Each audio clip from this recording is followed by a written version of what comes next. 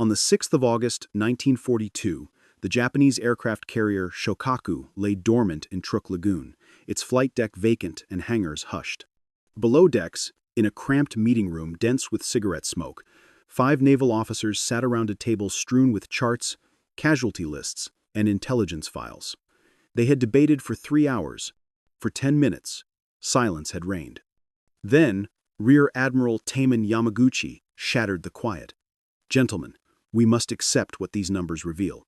We cannot win this war." The room stayed mute. No one objected. They all knew. But what led them to this dark epiphany? The 6th of August, 1942, marked 2 months since the Battle of Midway, and the ramifications were now incontrovertible. Japan had ceded the war's initiative, perhaps permanently, and the cruel twist was that Pearl Harbor, the strike designed to paralyze American naval might, had instead ensured Japan's ultimate downfall. How did this happen? To grasp how these admirals reached this despairing verdict, we must revisit the 7th of December, 1941. That dawn, Admiral Isoroku Yamamoto's meticulously crafted assault achieved tactical mastery. Japanese warplanes sank or crippled 8 U.S. battleships. They wiped out 188 aircraft. They killed 2,403 Americans. The operation was conducted almost perfectly. Almost. The crucial oversights were evident to observant eyes. Where were the American carriers? Enterprise, Lexington, and Saratoga were at sea, unscathed. The vast fuel storage tanks at Pearl Harbor, holding millions of gallons of oil, were left untouched. The submarine base was omitted. The repair yards remained functional. Yamamoto supposedly stated after the raid, "I fear we have only stirred a sleeping giant and instilled in him a fierce resolve." Historians question whether he uttered those precise words. But Japanese naval intelligence records from early 1942 revealed that senior admirals recognized they had a brief opportunity window. Intelligence projections indicated Japan had 6 to 8 months before American industrial capacity would begin to swamp Japanese leads in training, experience, and placement. 8 months. By August 1942, that window had slammed shut. Then came the disaster at Midway. The Battle of Midway in June 1942 was the calamitous shift. Japan lost 4 fleet carriers: Akagi, Kaga, Soryu, and Hiryu. These were not simply ships. They were indispensable fighting platforms staffed by irreplaceable aviators. Japan started the war with 10 fleet carriers. By August 1942, they had 6, and 2 were damaged. The United States, meanwhile, was constructing carriers at a rate that dumbfounded Japanese naval architects. In that conference room on August 6, the admirals pored over intelligence briefs that exposed the full scale of the tragedy. American shipyards had over a dozen fleet carriers in progress. Essex-class carriers, larger and more potent than anything Japan could manufacture. The first would deploy by early 1943. By 1944, the United States would possess such numerical supremacy that Japan's defensive tactics would be hopeless. But carriers were merely the start. The intelligence details also outlined American aircraft output. In 1941, U.S. facilities built roughly 19,000 military planes. Japanese plants made about 5,000, but the divide was expanding quickly. American production was accelerating, while Japanese production strained to keep pace. By 1943, intelligence guesses proposed the United States would manufacture 85,000 aircraft yearly. Japan might produce 16,000 under ideal conditions. And what of the men flying them? Captain Mitsuo Fuchida, who had spearheaded the aerial assault on Pearl Harbor, attended this August gathering. He had been wounded at Midway and was convalescing, but his tactical insight was vital for strategy. Fuchida presented an evaluation that crushed morale. Japanese naval aviation began the war with around 3,500 highly proficient carrier pilots. These men had drilled for years. They were likely the world's best carrier pilots in December 1941.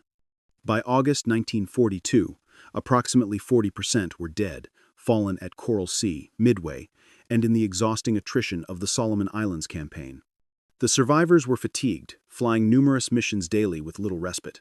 Meanwhile, Japanese pilot training programs were yielding perhaps 100 new carrier-ready pilots monthly. These novices had maybe 200 hours of flight experience compared to the 800-plus hours veterans had logged pre-war.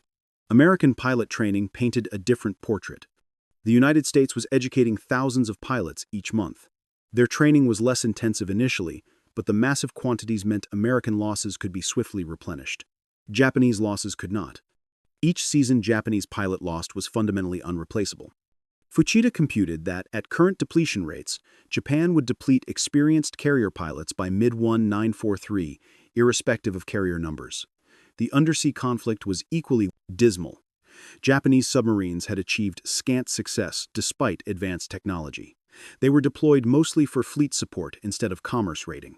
Meanwhile, American submarines were commencing to throttle Japanese merchant traffic. Japan's economy hinged entirely on imports. Oil from the Dutch East Indies, rubber from Malaya, rice from Indochina, iron ore from diverse origins, all had to be shipped through seas ever more commanded by American submarines. Admiral Gunichi Mikawa offered shipping loss stats. In January 1942, Japan lost 15 merchant ships. By June, they were losing 30 monthly. By August, the rate had climbed to 40 ships per month. The trajectory was frightening. At this speed, by 1944, Japan would lack sufficient merchant shipping to sustain basic economic functions, not to mention military campaigns, and Japan's shipbuilding capability could not match it. They could construct perhaps 200,000 tons of merchant shipping annually. They were losing 300,000 tons yearly, and the losses were escalating. The strategic picture was no better. Japan had seized enormous territories in 6 months. The Philippines, Malaya, Singapore, the Dutch East Indies, Burma, and countless Pacific islands. This expansion forged a defensive ring thousands of miles long. Guarding it necessitated scattering Japanese forces across myriad garrisons, many in isolated posts that were tough to supply and impossible to reinforce rapidly. The Americans, conversely, could concentrate their power. They could pick where and when to engage. Japan had to defend everywhere. This basic imbalance meant that even with parity in forces, the Americans held the edge. But forces were not equal. American strength was swelling. Japanese strength was waning. The arithmetic was inexorable. Could peace have been possible? One admiral broached the idea of negotiated peace. Perhaps, if Japan offered to restore some captured territories, the United States might consent to a ceasefire. The notion was met with scornful laughs. The admirals had all perused the intelligence summaries of American public sentiment. Pearl Harbor had inflamed the American populace in ways Japanese planners had not foreseen. The attack, meant to dishearten America into discussions, had instead forged absolute commitment to annihilate Japan utterly. American war bonds were oversubscribed. Factories ran around the clock. Women entered the workforce in unheard-of numbers. There would be no negotiated peace. America insisted on unconditional surrender. So, where did the plan fail? The conversation turned to what aired. The Pearl Harbor raid had met its tactical aims, but strategically, it had been catastrophic. Why? Admiral Chuichi Nagumo, who had commanded the carrier task force at Pearl Harbor, shared his perspective. The attack was devised to demolish American battleship power, granting Japan 6 months to solidify its gains before America could counter. The theory was that after 6 months of setbacks, American public opinion would compel the government to bargain. This theory was exposed as fundamentally faulty. First, battleships were not the decisive arm, carriers were. By missing the American carriers at Pearl Harbor, Japan had left America's most critical naval assets intact. Second, American public psychology had been wholly misjudged. The attack had unified American sentiment like no other event. Third, Pearl Harbor had handed America the moral advantage globally, easing alliance building and resource access. Fourth, and perhaps most crucially, the attack had been too successful in one specific regard. It appeared treacherous. Japanese diplomats were to deliver a war declaration 30 minutes before the attack commenced. Owing to decoding holdups, the declaration came after the attack began. This made Pearl Harbor seem a sneak attack, a breach of international norms. American propaganda branded it a date of infamy, and that tag persisted. Japan had gifted America a perfect rallying call. Then arrived the Doolittle raid. Admiral Yamaguchi produced another document that deepened the gloom. It was an assessment of the Doolittle raid from April 1942. 16 American B-25 bombers had launched from the carrier Hornet and bombed Tokyo and other Japanese cities. The physical destruction was minor, a few buildings wrecked, slight casualties. Militarily trivial, But strategically, the raid had been devastating for Japan. It shattered the illusion of homeland invincibility. It demonstrated that American carriers could approach Japan's shores. It compelled Japan to retain aircraft and troops in the home islands for defense, resources sorely needed elsewhere. Most significantly, it had spurred the Japanese High Command to hasten plans for the Midway operation, the endeavor that ended in catastrophic defeat. The Midway operation itself warranted scrutiny. The plan had been intricate, involving multiple forces advancing from different directions intended to confuse and overrun American defenders. Instead, the complexity spawned coordination woes. The Japanese forces were scattered, incapable of mutual support. Meanwhile, American codebreakers had decrypted Japanese communications and knew exactly where and when the strike would fall. This raised another critical shortcoming: intelligence and security. Japanese naval codes were being read by the Americans. Japanese officers did not know the full scope of the compromise, but they knew enough to be profoundly anxious. Every operation blueprint, every ship movement, every strategic aim was potentially known to the adversary before execution. Fighting a war when your foe can read your orders is virtually impossible. What if history had unfolded differently? The meeting explored alternatives that might have outperformed Pearl Harbor. What if Japan had never attacked the United States? What if they had only assailed British and Dutch colonial possessions in Southeast Asia? Would America have entered the war? The consensus was vague. President Roosevelt clearly desired to join the war against Germany and Japan, but American public opinion in 1941 was intensely isolationist. Without Pearl Harbor, would Congress have declared war? Likely not immediately. Japan might have gained months or years to consolidate its conquests without American interference. Instead, Pearl Harbor had handed Roosevelt exactly what he required: a united nation clamoring for war. Another alternative: what if the Pearl Harbor attack had been more exhaustive? What if Nagumo had launched a third wave to destroy the fuel storage, repair facilities, and submarine base? Some officers had advocated this at the time. Nagumo had refused, fearing American counterstrikes and aiming to preserve his forces. In hindsight, this caution appeared a fatal blunder.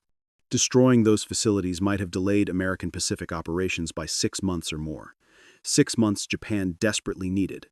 But the admirals conceded an uncomfortable reality. Even a more thorough Pearl Harbor attack would not have altered the final outcome. The core problem was not tactical execution. It was strategic fact. Japan's economy was a fraction of America's size. Japan's industrial capacity was perhaps 1/10 of America's. Japan's oil production was nearly zero without imports. Japan's population was less than half of America's. In a prolonged war of attrition, these disparities guaranteed defeat. Yamamoto had comprehended this from the outset. He had opposed war with the United States, contending Japan could not prevail. He had been overruled by army leaders and civilian government figures who believed American democracy was weak and decadent, that Americans lacked the fortitude for a long war, that a rapid string of victories would force American submission. Every one of these assumptions was proving disastrously incorrect. Then emerged the oil dilemma. Captain Fuchida delivered the most gloomy analysis of all: the oil situation. Japan's entire strategic framework had been built on securing oil from the Dutch East Indies. American embargoes had threatened to asphyxiate Japan's economy and military. Seizing the Indonesian oil fields was meant to resolve this, and Japan had succeeded in capturing those fields largely intact. But success bred new difficulties. The oil had to be transported to Japan. Tankers had to voyage through waters increasingly plagued by American submarines. In January 1942, Japan had imported 400,000 tons of oil from the Indies. By August, imports had dropped to 250,000 tons. The trend was clear. By 1943, submarine warfare might slash oil imports to levels insufficient for military operations. Japan would possess oil fields, but no method to get the oil home. Was any victory path left? The admirals debated whether any route to victory remained. Perhaps if Japan could inflict sufficient casualties on American forces, render the cost of advancement so high that American public opinion turned against the war. This hope was systematically dismantled by intelligence appraisals. American casualty tolerance seemed far higher than Japanese planners had anticipated. The Bataan Death March and reports of Japanese treatment of prisoners had incensed American opinion, making the war personal. Americans were not weighing costs and benefits. They sought vengeance. They desired total victory. Casualty lists that might have discouraged other nations seemed only to harden American resolve. Moreover, American tactics were evolving to reduce casualties. American forces were not making suicidal banzai charges. They were employing overwhelming firepower, air superiority, and material advantages to erode Japanese positions while minimizing their own losses. The Americans were waging an industrial war, treating it as a production challenge to be solved through superior resources and logistics. The meeting examined the current situation in the Solomon Islands, where American forces had landed on Guadalcanal in early August. Japanese forces were struggling desperately to eject them. But the admirals recognized that Guadalcanal embodied a new American strategy: capturing forward bases, building airstrips, using those airstrips to command surrounding zones, then progressing to the next target. It was methodical, grinding, and it worked. Japan could not emulate this approach. Japanese logistics were inadequate. Japanese industrial output could not furnish enough aircraft, ships, and supplies to match American reinforcement rates. Every battle was becoming a contest of attrition, and Japan was losing the attrition equation at every level. The economic verdict was final. One last document was reviewed, an economic analysis prepared by the Finance Ministry. It projected Japanese economic capacity through 1945 under various scenarios. Even the most optimistic scenarios indicated collapse by late 1944. Japan's economy simply could not sustain the war effort for more than 3 years total. They were now 8 months into the war. The clock was ticking. The admirals reached their devastating conclusion. Pearl Harbor had been a tactical triumph, but a strategic catastrophe of the highest magnitude. It had achieved nothing Japan needed, while uniting and infuriating the one adversary Japan absolutely needed to avoid. The war was now unwinnable. The only question was how much devastation Japan would endure before accepting the inevitable. Admiral Yamaguchi proposed recommending to higher command that Japan seek peace negotiations immediately before the situation deteriorated further. The proposal was rejected not because the admirals disagreed with the analysis, but because they knew such recommendations would be ignored or even treated as defeatism and treason. The military government was not interested in reality. They were committed to fighting to the finish. The meeting concluded with no decisions, no recommendations, just shared understanding of the truth. Japan had lost the war on the 7th of December, 1941. It just did not know it yet. The admirals filed out, returning to their duties, planning operations they knew would fail, fighting a war they knew was lost. The 6th of August, 1942. If you found this story compelling, please like this video and subscribe to Winds of Thought for more historical insights.